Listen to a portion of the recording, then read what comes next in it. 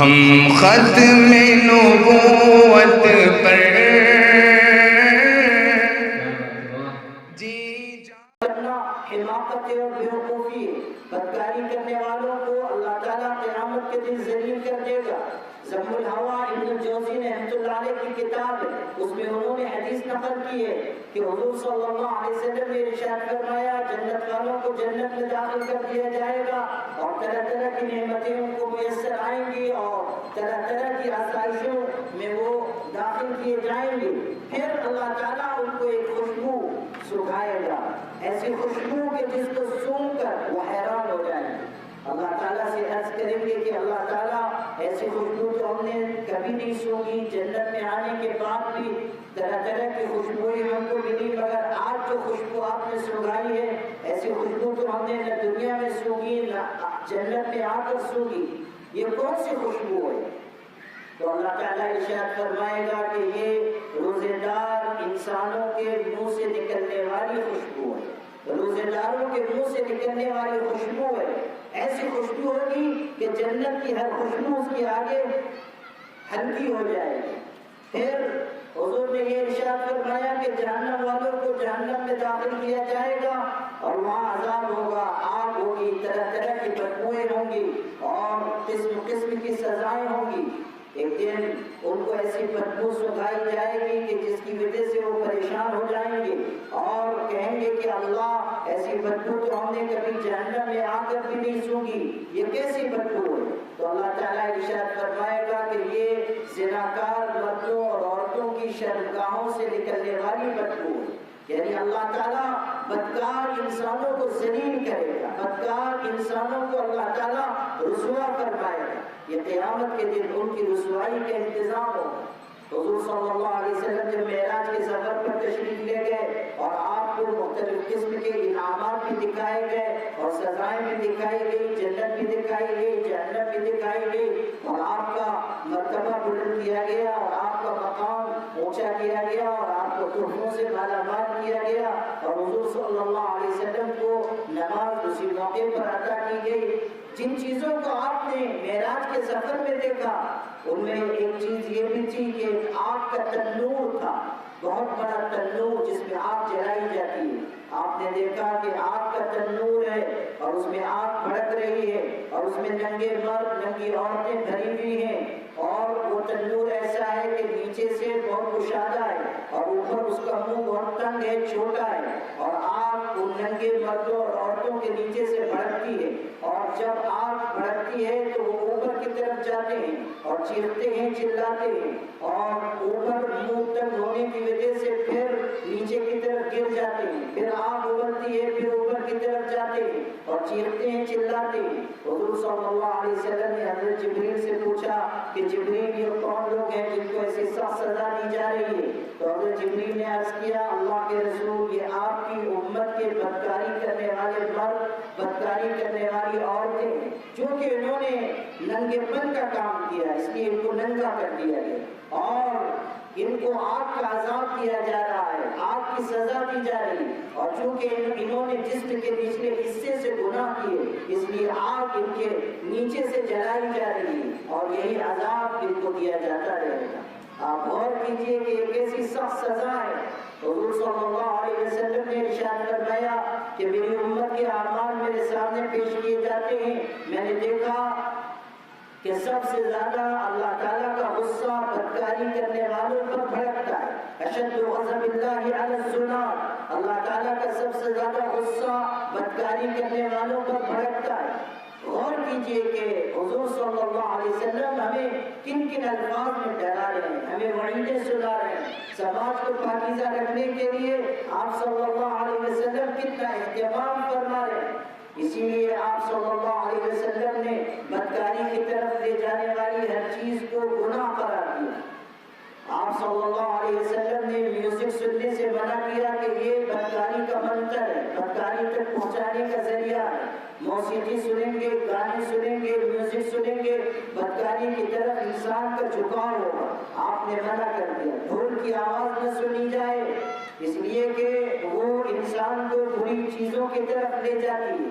کوئی عورت کسی مرد کے ساتھ تنہائی میں اکٹھا نہ ہو کہ یہ بدکاری کا دروازہ کھولنے کا سبب ہے۔ کوئی مسلمان عورت بغیر محرم کے سفر نہ کرے کہ اس سے بے حیائی کا دروازہ کھولے گا۔ گھر سے نکلے تو پردہ کر کے نکلے۔ آپ نے فرمایا المرأة اذا خرجت من بیتها استشرفها الشیطان، عورت جب اپنے گھر سے نکلتی ہے ایک شیطان اس کے پیچھے لگ جاتا ہے، یعنی وہ بے حیائی کی طرف اس کو لے جائے گا۔ اس لیے بوقت ضرورت اپنے گھر سے نکلیے، پردہ کر کے نکلیے، اور کسی مرد سے بات چیت کرنی ہے، اجنبی انسان ہے، ضرورت پڑ گئی ہے بات چیت کرنی ہے تو نرم آواز میں، لچکدار آواز میں بات مت کیجیے۔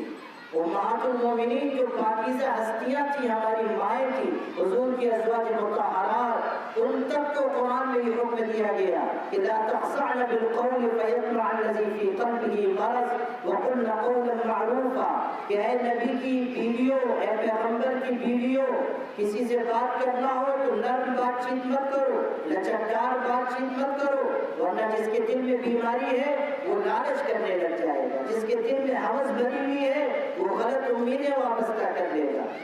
ازواج مطہرات کو یہ تاکید کی گئی، تو عام عورتوں کو تو اس کا کتنا اہتمام کرنا چاہیے۔ حضور صلی اللہ علیہ وسلم کے زمانے میں خواتین کو یہ تاکیدیں کی جا رہی تھی تاکہ ایک ایسا پاکیزہ سماج وجود میں آئے جس کی مثالیں دی جا سکیں، اور واقعی ایسا پاکیزہ سماج حضور کے زمانے میں تیار ہوا جس کی مثالیں آج تک دی جاتی ہیں اور قیامت تک دی جائیں گی۔ حضور صلی اللہ علیہ وسلم کی ایک صحابیہ ہیں، ایک جنگ کے موقع پر ان کے بیٹے شہید ہو گئے، حضور صلی اللہ علیہ وسلم کی خدمت میں وہ آئی، ان کو خبر دی گئی کہ آپ کا بیٹا شہید ہو گیا۔ آپ سوچئے کہ بیٹے کی شہادت ایک ماں کے لیے کتنا بڑا صدمہ ہے، ایک بیٹا دنیا سے رخصت ہو گیا، ماں کا کلیجہ منہ کو آنے لگا، کیسا سخت صدمہ ہوا ہوگا، لیکن اپنے گھر سے نکلنے سے پہلے انہوں نے پردے کا اہتمام کیا اور باپردہ ہو کر اہتمام کے ساتھ حضور کی خدمت میں آئی اور آ کر حضور سے پوچھا اللہ کے رسول کیا واقعی میرا بیٹا شہید کر دیا گیا؟ آپ غور کیجئے، بیٹے کی شہادت کی خبر ملی ہے، ماں کو تو تن بدن کا ہوش نہیں رہ جاتا، لیکن حیا اور پاک دامنی ایسی تھی کہ باپردہ ہو کر آئی اور پھر انہوں نے یہ سوال کیا۔ صحابہ کو بڑی حیرت ہوئی، انہوں نے کہا کہ آپ اتنی اس صدمے کی خبر سن کر بھی اپنے ہوش و حواس میں ہیں، اتنے صدمے کی خبر سن کر بھی آپ اہتمام سے پردہ کر کے آئی ہیں، تو انہوں نے کتنا خوبصورت جواب دیا۔ میری پیاری بہنوں، اس جواب کو اپنے دل پر نقش کر لو کہ پردہ کس کو کہتے ہیں، پردہ داری، پاک دامنی کیا چیز ہے۔ انہوں نے کہا کہ ان ارزا ابنی فلن ارزا حیائی، کہ کیا ہوا اگر میرا بیٹا کھو گیا ہے، میں نے اپنی حیا تو نہیں کھوئی ہے، میں نے اپنی شرم تو نہیں کھوئی ہے، میرا بیٹا کھو گیا ہے لیکن حیا اور عفت اور پاک دامنی تو میرے پاس موجود ہے۔ یہ تھا حضور صلی اللہ علیہ وسلم کا بنایا ہوا سماج۔ آپ صلی اللہ علیہ وسلم نے خواتین کو پردے کی، حیا کی، شرم کی، عفت کی تعلیم دی اور انہوں نے اس کو پوری طرح قبول کیا، اور انہوں نے باپردہ رہ کر بتایا کہ کس طرح زندگی گزاری جاتی ہے۔ اگر فاطمہ رضی اللہ عنہ حضور کی صاحبزادی ہیں، پردے کا ایسا اہتمام تھا کہ جب ان کے انتقال کا وقت قریب آیا تو اپنے سرکار حضرت علی سے انہوں نے وصیت کی کہ میرے سرکار جب میرا انتقال ہو جائے تو میرا جنازہ دن کے وقت نہ اٹھائیے گا، رات کے وقت لے جائیے گا۔ یہ بھی کہا کہ سرکار جنازے پر کفن کے اوپر ایک کپڑا اور ڈال دیجیے گا۔ اس زمانے میں کفن کے اوپر کوئی چادر نہیں ڈالی جاتی تھی، لیکن حضرت فاطمہ نے یہ وصیت کی کہ کفن کے اوپر ایک چادر اور ڈال دی جائے تاکہ جنازے میں جو لوگ، جو مرد شامل ہو، ان کو یہ اندازہ نہ ہو کہ میرا قد و قامت کیسا ہے، جسم کیسا ہے۔ یہ انتقال کے بعد پردے کے اہتمام کی وصیت فرما رہی ہے۔ آپ غور کیجئے کہ ان کے دل میں کیسی شرم ہوگی، کیسی حیا ہوگی۔ حضور صلی اللہ علیہ وسلم نے ان کے بارے میں فرمایا تھا کہ فاطمہ تو میری جگر کا ٹکڑا ہے۔ آپ صلی اللہ علیہ وسلم سب سے زیادہ ان سے محبت فرماتے تھے، اپنی اولاد میں سب سے زیادہ حضور کو انہی سے تعلق تھا۔ اور حضرت فاطمہ کے بارے میں آپ نے فرمایا کہ فاطمہ سیدۃ نساء اہل الجنہ، کہ یہ میری بیٹی جنتی عورتوں کی سردار ہے۔ حضرت فاطمہ کی شرم و حیا کی مثال، یہ پردے کا اہتمام ہمیں یہ بتانے کے لیے بہت کافی ہے کہ اس زمانے میں عورتوں میں کی بندیوں ان چیزوں کو سیکھو اور ان کو اپنی زندگی میں اپنانے کی کوشش کرو اور اس بات کا اہتمام کرو کہ ہمارے گھر میں شرعی پردہ کیا جائے، ہمارے گھر میں بے حیائی کا ماحول نہ ہو، بے شرمی کی کوئی چیز ہمارے گھر میں جب ختم داخل نہ ہو سکے، اور جہاں تک ہو سکے ہم اپنی بچیوں کو خاص طریقے پر اسکولوں میں پڑھنے والی بچیاں ان پر نگاہ رکھیں، ان کی پوری نگرانی کریں، ان کے اخلاق و آداب کی نگرانی کریں۔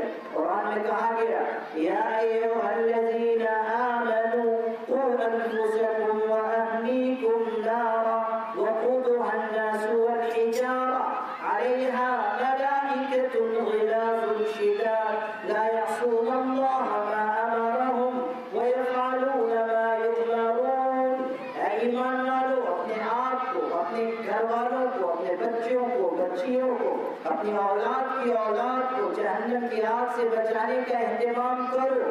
وہ جہنم کی آگ جس میں انسان اور پتھر جلائے جائیں۔ جہنم کی آگ بڑی سخت آگ ہے، وہاں انسان جلیں گے، وہاں پتھر جلیں گے۔ حضور صلی اللہ علیہ وسلم ایک موقع پر تشریف رکھتے تھے، حضرت جبریل انسانی شکل میں آئے۔ حضرت جبریل ایسی حالت میں آئے کہ چہرے کا رنگ اڑا ہوا تھا، پریشان تھے۔ حضور نے دیکھا تو آپ بھی پریشان ہو گئے۔ آپ نے پوچھا جبریل کیا ہوا، تمہارے چہرے کا رنگ اڑا ہوا ہے، پریشان ہو؟ حضرت جبریل نے کہا اللہ کے رسول، آج جہنم کی آگ کو دہکانے کا حکم دیا گیا تھا اور جہنم دہکائی گئی، بس وہ منظر میں نے دیکھ لیا تو مجھ پر گھبراہٹ طاری ہو گئی، خوف طاری ہو گیا، اسی وجہ سے آپ کی خدمت میں آیا ہوں۔